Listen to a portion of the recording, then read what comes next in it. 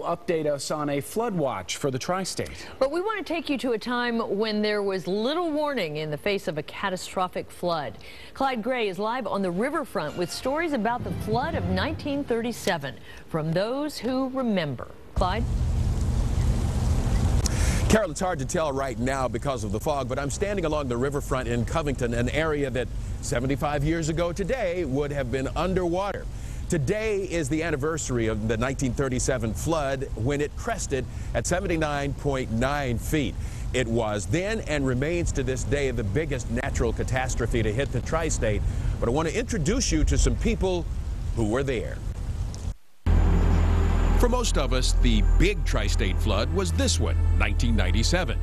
But for people with longer memories, such as Ed Schroeder of Ludlow, Bill Mallory Sr. of Cincinnati, or who studied local history, such as Cincinnati reference librarian Chris Smith, nothing beats the flood of 1937.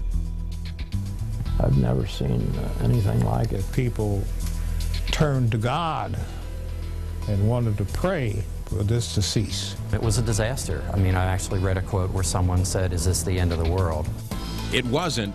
But it was the result of an unusual weather pattern. Heavy rain started in late December and carried well into January.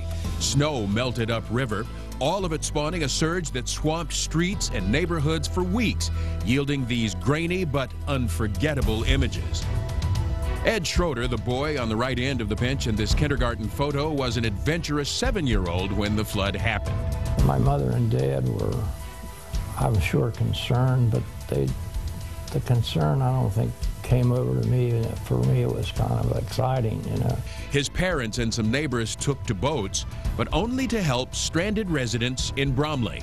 They literally were on an island, and they couldn't get away. And across the river, the water was swallowing up a Cincinnati neighborhood known as the Bottoms. There on Carr Street, a 6-year-old boy named Bill Mallory and his family had their encounter with the Great Flood. We were rowed out of the 4th-floor apartment at 660 Carr Street and taken to Washburn School, where we slept in the gymnasium.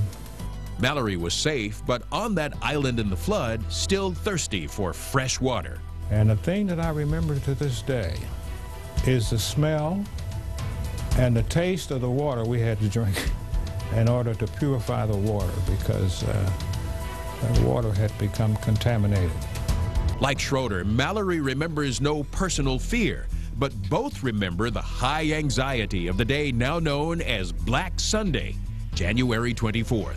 The Standard Oil tanks and the Crosley Corporation tanks began to rupture because the water was so deep. And when that did, all that fuel oil was spread all over the water. And somehow, some sparked and basically caught the water on fire.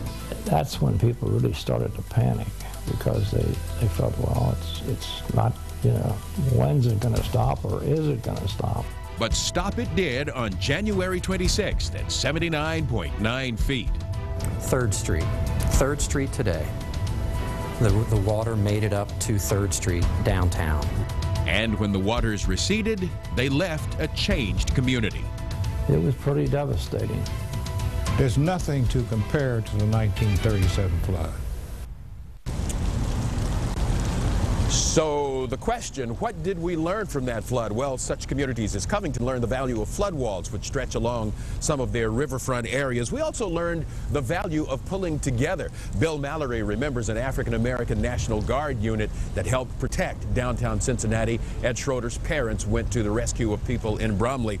But we also ultimately learned the fragility of all that man puts together when nature decides to let loose. By the way, you can link to more of the flood and the library's exhibit on WCPO.com. Steve?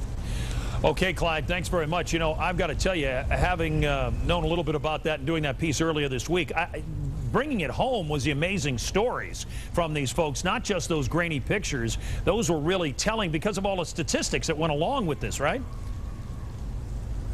You know, the statistics do tell the story. When you look at the entirety of the flood from Pittsburgh down to roughly Cairo, Illinois, killed 385 people. Here in Cincinnati, about 100,000 people were homeless. And in today's dollars, it was close to an $8 billion catastrophe.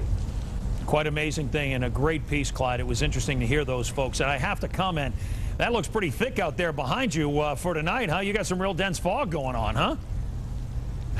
Yeah, and listen, this just lightened up. It was even worse. You couldn't see much beyond this just before we began this report. Well, okay. Thanks for the report and the weather report for me. Thanks. I appreciate it. All right, let's check things out for you and show you.